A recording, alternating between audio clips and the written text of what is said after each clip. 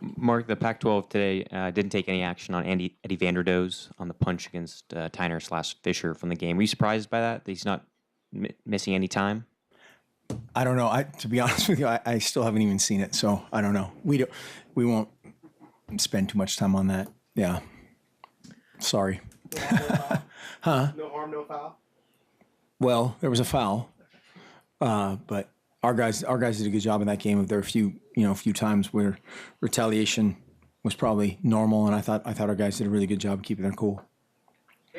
Mark, you mentioned after the Arizona game, coming back the next day with a response you wanted to see. Now, after a win, a big win at UCLA, has it been the same kind of thing this week so far? It's been better, which has been encouraging. Today was really hard, very physical. It was a quality practice. Yesterday we did a little bit more mental stuff, trying to get fresh mentally and physically, and it paid off today. And I thought our guys came out and were really good. Now we have to do that again tomorrow because it's a different challenge, a new challenge. But that from that standpoint of reacting kind of the same after a win or a loss has been good. We still have a million things to improve upon. Statistically, Washington has been real good defensively, but the Eastern Washington game, they gave up 52 points. I think EW's quarterback had 475, 7 touchdowns. What do you make of that game? And do you take anything special away from that, considering that guy's a dual threat guy in a spread system, just like you guys have? A little bit, but it was weird. When I kind of have a systematic way that I go back and look at games, and I started to get ready to watch that game, and I'm like, okay, here's going to be some answers. And it wasn't just like they, had a bunch of stuff or gave up a bunch of stuff other than huge plays. There were a few very impactful big plays in that game, but it's not something you can really easily recreate. There's one thing that they do great defensively is they don't give you anything. They don't, they make you earn every inch. Their tendencies are very few and far between. This will be the biggest amount of scheme that we've played to this point, as far as just sheer number of fronts, games, coverages, pressures. And so it's a different challenge that way. But yeah, and then all the other games, they've been outstanding. Jay Allen. Coach, do you remember where you were or what you were doing when the pick happened? Well, I said, what was it, Sunday? When did we meet last? Sunday, I said I was probably throwing a pick simultaneously, but I don't recall exactly where I was. I probably should find out. I'll think about that. But I looked it up. You guys beat, I think, Eastern Oregon on the road. Oh yeah, did I throw a pick? I did not. Come on, Ryan. I didn't find The it. stats aren't online. Yeah, right. Yeah, it's not in the archives anywhere. Can you talk about just the significance? I mean, what you know of that play and maybe how it helped kind of vault the program to where it is right now? Well, yeah, a lot of people obviously would look at that play as the play, the pick, kind of equivalent of really launching to the not the BCS back then, but to the Rose Bowl and making Oregon football the O, and everything that has resulted from that, the total commitment to facilities, to all the things that have happened here because of what has happened before us. I think it wasn't obviously that one play, but it was certainly a huge deal against a rival, in a big situation. And Kenny Wheaton's actually going to play on Saturday too. A lot of people don't know that. Ryan Thurl. What's the hallmark of a Chris Peterson coach team? What makes him so successful as a head coach? I don't know what the hallmark is. I mean, they're very well coached. They've got great players. They've got great scheme, and they play hard. And so those things we know we're gonna get. Molly. Mark, you guys practiced in the indoor facility today. It's raining outside. How often do you practice in the rain? Not very often. Not very often. I think our philosophy on that is we want great preparation and confidence from preparation. I think there's certain things. I think we talked after the Cal game last year. We never once ever practiced with a wet ball ever. And some people, I've done that before, and you've got a wet, heavy ball that you have, your quarterback can't handle. Then everybody doesn't get down the timing, and then on game day it's 75, or whatever. Some guys throw it great in the rain. Some guys don't.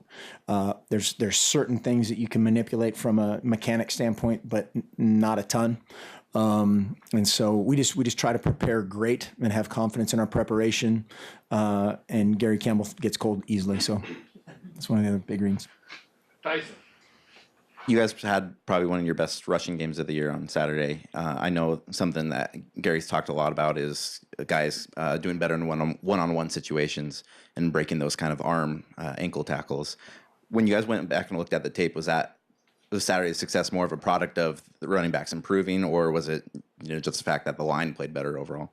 I think both those things, and all those things. The receivers blocked better, the line blocked better. We were able to the quarterback was a live element, the tailback was a live element, and it was a collective effort. We made a commitment to it, bigger in the game plan, and stayed patient with it. We're successful enough with it that we could come back to it on second down, and that makes a huge difference. Tom Ward in the back. Back here, Mark. When you look at their front seven and their defense, Washington's, it seems like they're improved and one of the better ones in the conference. And then Shaq Thompson made a play the other day against Cal that seemed to turn that game. When you talk about plays turning games. Yeah, I mean, their front seven, they've always been, I think, 5 of those guys are seniors. And, so it's the same guys, and they're playing extremely, extremely well. I just said on the deal, it's not normal that you have to worry about keeping a defensive guy out of the end zone. But, I mean, Shaq it's been unbelievable, his knack for the ball, and collectively, whether it's a tip or a forced fumble and him being in the right place. I mean, that's not just luck. I mean, that's guys making plays and a guy that really has a incredible knack for the ball. But that all goes into their athleticism, their size. They're still physical, and athletic. And then schematically, they put them in a bunch of different looks to create confusion, maybe a misstep by the O lineman or whoever's in charge of that guy. Molly in the back. Mark, you talked since a week ago Thursday about tempo and rhythm, and then you seem to have really found it when you were at the Rose Bowl against UCLA. What was the big difference, and who's responsible for getting the offense up to the line and getting the next play off? Well, how we practice, is a big part of it. And then as far as how it's going to go in the game, part of that is game plan driven of, hey, we are absolutely going to commit to A, B, and C, whether it's running the ball, tempo, whatever those things are. But then you have to have success at them enough in the game to sustain that. And our guys did a good job again on first down, staying out of third down, being in first and second downs all day is the goal. That's easier said than done sometimes, or at least, having the mindset that you can get that with kind of the base game, run game type of things, or the tempo throws that come off of that. But we just had our guys had a kind of a renewed commitment, I would say, in training last week, and so far the same thing this week. Jay Allen. Coach, how are they different scheme-wise on both sides of the ball under this new coaching staff? What they run offensively and defensively? Yeah, I mean, to a certain extent, defensively, I don't want to say completely different, but significantly different. I mean, there's some carryover in the tree from where Coach Pete has been, and then Pete Kwiatkowski, the defensive coordinator, have been with Justin Wilcox, who was there before. So there's some carryover, and it's similar enough that I think their guys have been able to play really fast in the transition. That hasn't been much rust or hesitation in their play as far as translation, almost from one staff to the next. Offensively, there's elements that are very similar. A lot of the no huddle stuff that they had done before is similar, and then they also have a ton of two tights, bunch, misdirection, all the things, reverses, play action, all the stuff that they've done in the past. Ron Mosley. the Arizona game. How do you feel like guys handled that? It was better, it was better. Not nearly again perfect. It's funny. We tackled better, but we still had, I think it was 24 missed tackles for 186 extra yards, and so 186 extra yards versus 200 yards is the difference between winning and losing, but that's still not good enough. And sometimes there were other factors at play, but we played harder. And continued to play hard. Got a bunch of guys in there that have never played much, if at all, before, and played significant roles in there. Henry Mondu got his most significant playing time. Sam Camp, Danny Mattingly, those guys played a ton in other people's stead. Tony Washington ended up finishing, pretty well. Tarani Prevo had a couple big plays. Tui Talia had a couple big plays, and so just a matter of kind of shoring everything else up. But communication wise, again, those guys did a nice job of that last week, and it carried over. Tyson. When Keenan left on Saturday, you saw Byron kind of move more out of the backfield and into more of a receiver's role. If say Keenan happened to not play this week, would that be kind of a similar situation we see where Byron's getting more passes? Or just working more into the passing game? Right. We'll see. I know you like that answer. We had some different things planned last week with kind of Byron and Keenan in there. And so it's a matter of this week pushing both the young receivers and the young tailbacks to kind of fit whatever the best role is going to be. And if that's a two tailback deal or, Byron at tailback and another receiver, remains to be seen. After tomorrow, we'll totally tighten that down and get it projected toward the game. Andrew. Can you put those missed tackles numbers in context? I mean, how many would you expect in the course of a normal game? That seems like a lot, but I'm just not sure what the norm, quote unquote, is. It's going to be. I've never seen anybody not miss double-digit tackles. If we're talking the entire game, double digits is acceptable, so to speak. We'd certainly like it on the low end of the teens. But, against those guys with the how that game went, Brett Hundley breaks tackles. And that guy's he's unbelievable. And I think I told you guys last week, our biggest challenge, and it turned out to be true in the game, is getting that guy in the ground. And that's not usually the case with your quarterback, or maybe it's a quarterback that's, got a little bit more shake, which he has the shake and the power. But limiting, when it's 42-10, limiting the 10 is the key. They obviously could have had a touchdown on that. Was that their first drive in the second quarter when they were, it was a kind of a short pass and the guy fell down right before the goal line.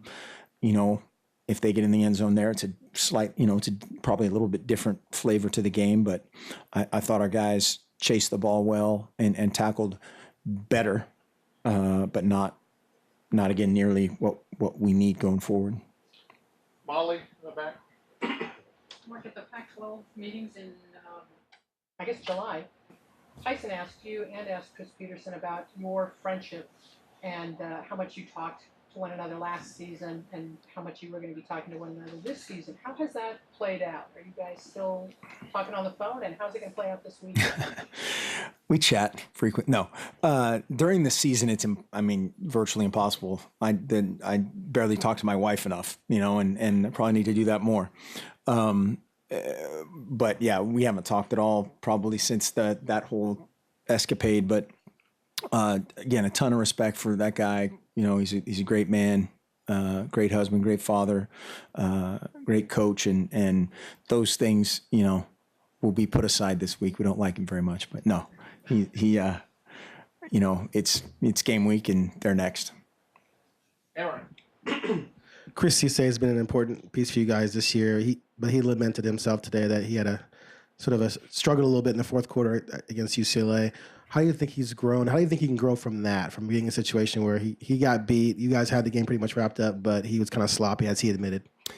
Getting through it and doing exactly what you just said. It's what do they say? If you can't admit you have a problem, you have no chance of solving it. And recognizing an issue or a shortcoming or whatever is the first step in solving it and getting through that.